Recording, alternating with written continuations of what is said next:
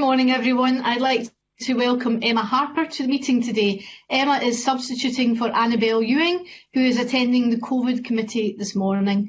We have received apologies from Beatrice Wishart, who is also attending the COVID committee, and from Kenneth Gibson. Broadcasting will begin the set-up work for the meeting from 9:30 a.m, so we will have 10 minutes to discuss this morning's meeting.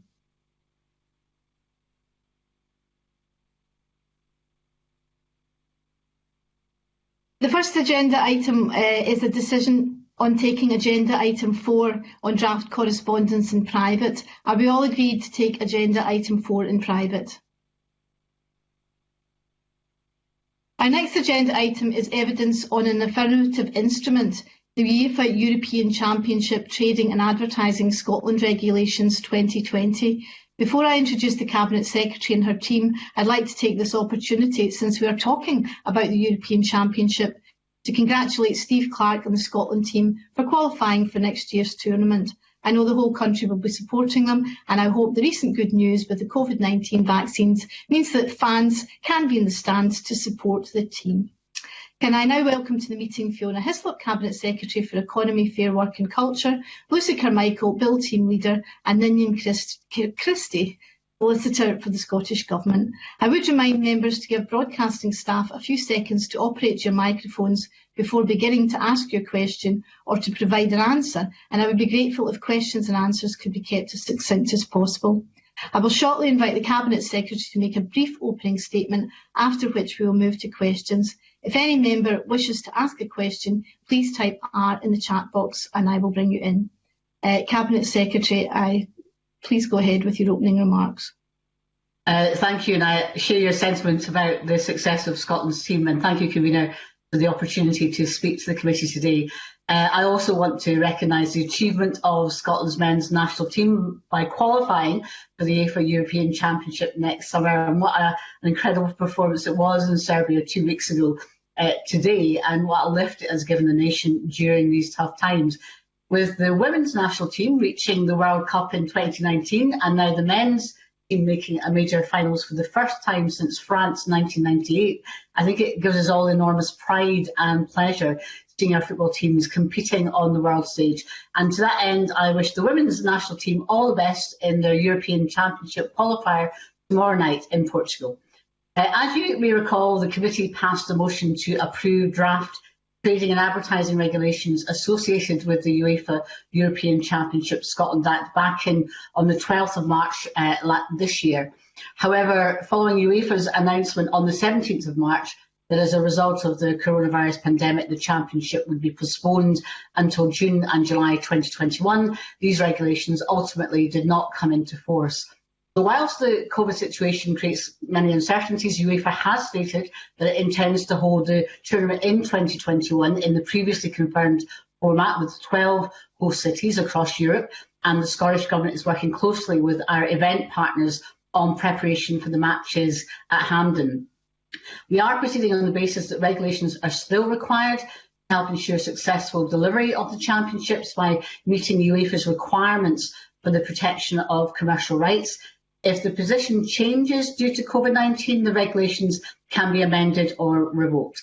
In respect of the trading and advertising regulations previously approved by the committee, only 3 minor changes have been made, including changing the dates of championship period and removal of a reference to maps of the event zones being available for inspection at Victoria Quay and Glasgow City Chambers, as it's doubtful whether it will be possible for the public to visit these buildings due to COVID restrictions, although we will ensure that these maps are accessible in other ways. The other change is merely a footnote to refer to the amendment of the UEFA Act by the Coronavirus Act. These regulations provide details of the trading and advertising offences and, importantly, exceptions to these offences. Maps and dates of operation of the event zones are also included in the regulations. When considering these regulations, a proportionate approach was taken to ensure the right balance between minimising any negative impacts on local businesses and allowing them to take advantage of the economic opportunity that the Championship represents, while protecting the rights of UEFA and event sponsors to have often invested significant funds for the right to be associated with the tournament. This balance has been achieved, for example, by limiting the number of event zones to 3, minimising the size of these zones and creating a number of exceptions to trading and advertising restrictions. As you know, illustrative regulations were previously shared with our event partners, Glasgow City Council, Police Scotland, the Scottish FA and UEFA, as well as a number of other key stakeholders, including the Advertising Association, the Scottish Police Federation, football supporters and community groups. We're grateful to partners who helped to shape the draft regulations and the periods of restrictions, and indeed suggestions from this committee to include exceptions for busking and charity collections have been welcomed and incorporated. So I believe that the UEFA European Championship Trading and Advertising Scotland Regulations 2020 strike an appropriate balance between allowing normal business activity to continue as far as possible while protecting the rights of UEFA and event sponsors. Subject to parliamentary approval, confirmation of the regulations will allow Glasgow City Council to proceed with publication of guidance, another key milestone in raising awareness of restrictions among businesses and traders ahead of the championship and ensuring successful event delivery. So thank you, Convener, and I look forward to answering any questions the members of the committee may have. Thank you very much, Cabinet Secretary. I do have a couple of questions for you, but before I move on to that, I missed out a couple of formalities at the beginning of the meeting because I was too busy waiting for my cue from broadcasting. So I probably should have put on the record that it's the 29th meeting of the Culture, Tourism Europe and External Affairs Committee, just in case anyone was confused. But also I need to invite Emma Harper, who's substituting for Annabel Ewing this morning, to declare any registrable interest relevant to the remit of the committee. Emma. Thank you, Convener. It's not very often I get to register my interest, but I am a partner in a bed and breakfast business which is related to the tourism part of the portfolio. Thank you very much, Emma. And returning to the business in hand, Cabinet Secretary, can I ask, do you expect that it will still be possible to have 3 event zones in operation, and what changes might be necessary in order to ensure that they operate in compliance with any public health restrictions? And also, can you say anything more about what impact the postponement of the tournament to 2021 had upon the planning and arrangements of the games due to take place? So clearly, with everything is still under review on the basis that it's welcome that we have a vaccine. That, as you said in your opening remarks, gives us great hope for fans in particular. But we still don't know where we'll be at that time. So clearly, the postponement has led for thinking through the implications in terms of the event zones. Again, it will depend on what levels we're at and what position that we are at. There is a danger if we don't have event zones and places for fans to go, they might be displaced elsewhere, which would be have less control than an event fan base would have. So actually there are merits, looking at from a public health point of view, to have designated areas. So part of the regulations here, the passing of these regulations would actually enable the partners to get to continue to work together to identify what the risks are and build up. We're constantly, obviously, going to be looking at that with event partners. But you're right to raise it. But I think we are still in a difficult position. I think there's far more hope now that we will have a successful championship. But that's the point of the team working together to make sure they can address it. If there is an issue in relation to numbers or anything affecting these regulations, we can obviously revoke them and try and present new regulations. I hope, Convener, that I won't have to come back to you and that we'll be able to proceed on this basis. But of course, that's always open to us if we need to. Yes. Thank you very much. I think that's the hope of everyone. Now I'd like to invite members who would like to ask a question of the Cabinet Secretary to type R into the chat box, and I'll take you. And we already have a question from Oliver Mundell, MSP. Oliver. Hey, thank you, Convener. It just was a similar question, really, in whether or not we'd be looking to encourage more fan zones in order to space people out, and secondly, whether or not you considered kind of changing the wording of the regulations to give you more flexibility in case it changed again, so we didn't have to kind of go through what this post. I mean, obviously no one's disagreeing or kind of challenging you on the need to do that, but whether or not there was a thought given to just rewording it, kind of give you flexibility to ministerial discretion to sort of change the dates. So we're hoping to have the basis of the initial proposal. Remember, this was already heavily consulted on. So I'm very conscious of the pre-work. I wasn't the minister, it was Ben McPherson that led the previous Act and regulations with the committee. And there was a great deal of consultation taking place, not least obviously with the businesses, community organisations. But your point, I think, rests on the management of these areas, which obviously is Glasgow City Council, primarily in terms of the enforcement officers, but also police in terms of how they are placed. So there are, again, I defer to the operations of the police for their analysis of what would be best, and that's where the balance. If you have more zones, does that cause more difficulty rather than less? So I think it's probably important that we assess what the movement and risk issue is later on in case we have to amend it. But actually, this is the optimal provision that was initially consulted on, and that's why we want to keep it on this basis. But I recognise that issue. I hope not. I hope that we don't have to deal with the regulations. But I mean, this was an issue. Again, I think the committee had looked at other countries have event legislation, which means they can just use those acts to amend, apply, etc. I think Dublin are dealing with by secondary legislation. I think it's ourselves, Italy, Russia, and Azerbaijan that are using primary legislation. So obviously that may lead us to reflect: do we need more enabling legislation to mean that we've got more flexibility? But I would trust the partners that have been consulted on in relation to this level of regulations, that they are comfortable with where things are. That's excellent, and I'm sure football fans across Scotland would be happy for the committee to spend more time looking at this if it means that more people can get to event zones to watch the tournament. Yeah, thank you. Thank you very much. We have a question from Claire Baker to be followed by Dean Lockhart. Claire. Thank you, Convener. This might be a question that's more directed at UEFA, but as I understand it, the planning for the event in the summer is really the only planning that's happening that's attached to a major event. Scotland often has quite a busy programme of major events. This is the one that is coming down the line. As the Cabinet Secretary said, the regulations before us provide for optimal provision.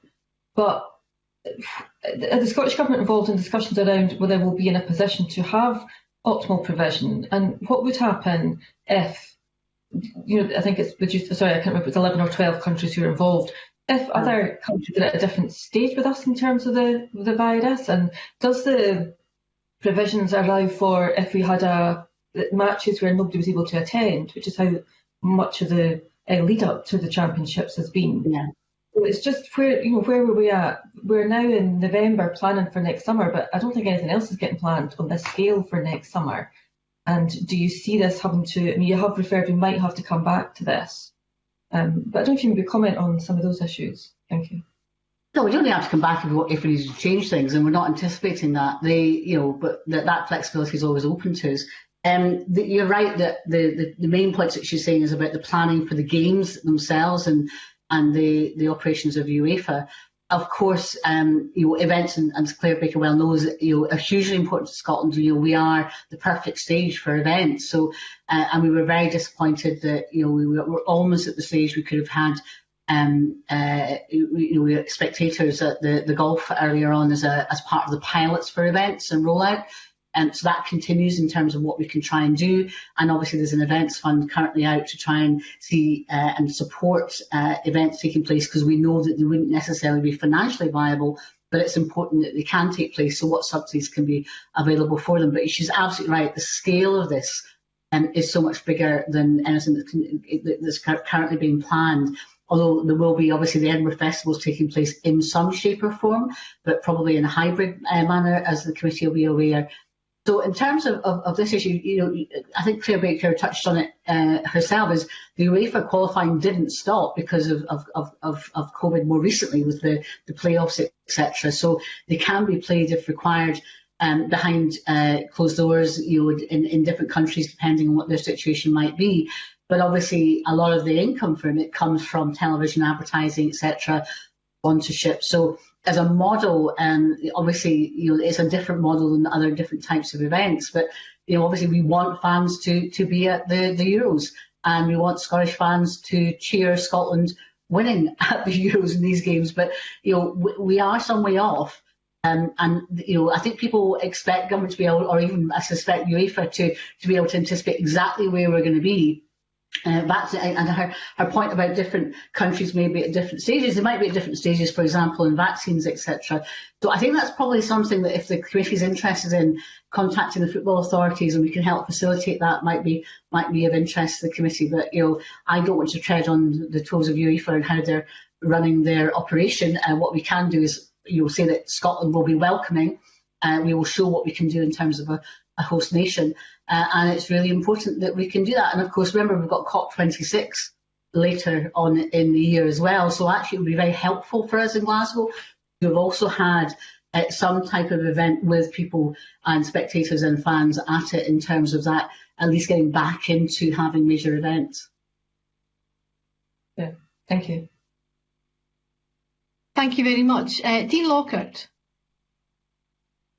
Thanks very much, Convener, and good morning, Cabinet Secretary. It's great to be here this morning discussing Scotland qualifying for the Euros. Can I ask the Cabinet Secretary, if the matches go ahead as planned with fans in the stadium, I wonder if the Cabinet Secretary or her officials have had the opportunity to consider how ticket allocations might work if things go ahead as planned, and whether ticket allocation will whether they will be distributed through the usual channels, or is that something perhaps to look at further down the line? Well, it's actually, again, this is an issue for UEFA, and I might encourage the committee to contact.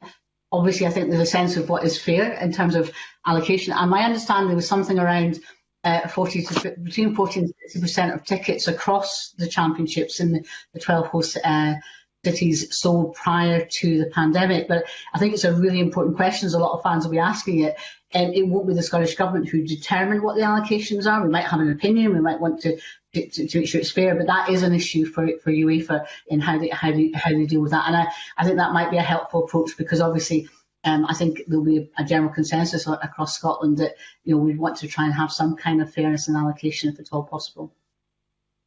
Thanks very much. Thank you very much. I don't see any other members. Oh, actually, Claire has pressed her button again. I think she wants back in. Claire Baker. Thank you, Convener. It's just a question about the regulations. And when we looked at regulations the first time, there were, the members did want to be assured that there was enough consultation with local businesses and with the community. The event. The Cabinet Secretary acknowledged the event might be taking place in some restricted circumstances. We all hope that it won't be, that it will be a full event, but there's the possibility it will take place in restricted circumstances.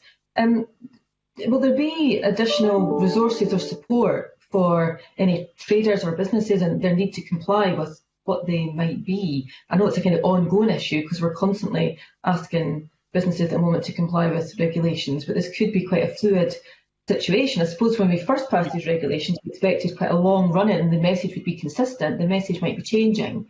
So how do we make sure there's enough capacity there to make sure people are compliant?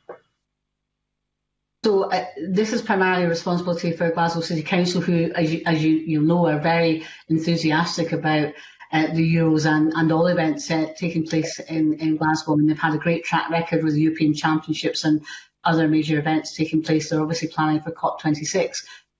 But they've also got a programme which is called Get Ready Glasgow, which is part of helping everybody, but particularly obviously businesses, traders, local communities get ready for the Euros coming. And, part of this regulations is the signal that, actually this is going to be happening. This is what the intention is, that it's going to go ahead. And so therefore they can start engaging a bit more with the businesses and the traders. And this is actually an opportunity for them to speak to them again, perhaps remind them of what the situation is, and also hear from them as to what the implications are. But I think there has to be that close connections, and I know Glasgow City Council have got great experience in this area. And we've seen that with other issues around the European Championships. Again, there were zones as part of that, and their engagement as part of that. So this is part of that process. But she's right that there'll be more tension potentially around that than there was previously, because obviously with COVID and the different restrictions that different businesses have had as well. But that's what they'll be engaged in. Thank you.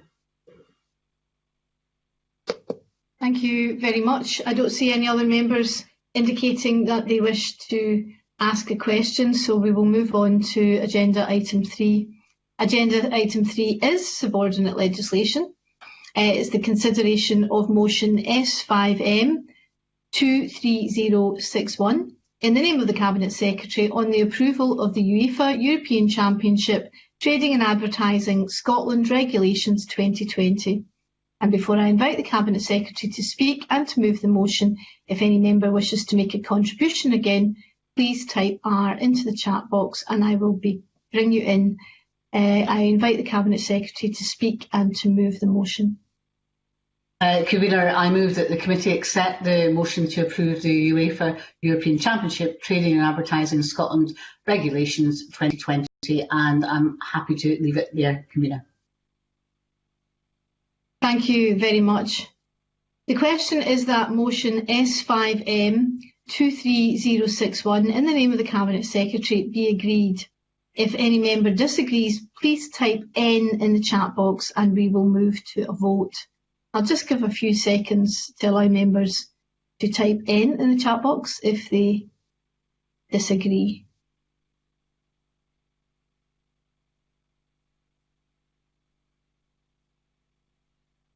No member has indicated that they disagree. Therefore, the motion in the name of the Cabinet Secretary is agreed, and the committee recommends that UEFA European Championship Trading and Advertising Scotland Regulations 2020 is approved. The committee will shortly report to the Parliament on the instrument. Are members content to delegate to the Deputy Convener and myself to sign off the final report? If you disagree, again type N in the chat box.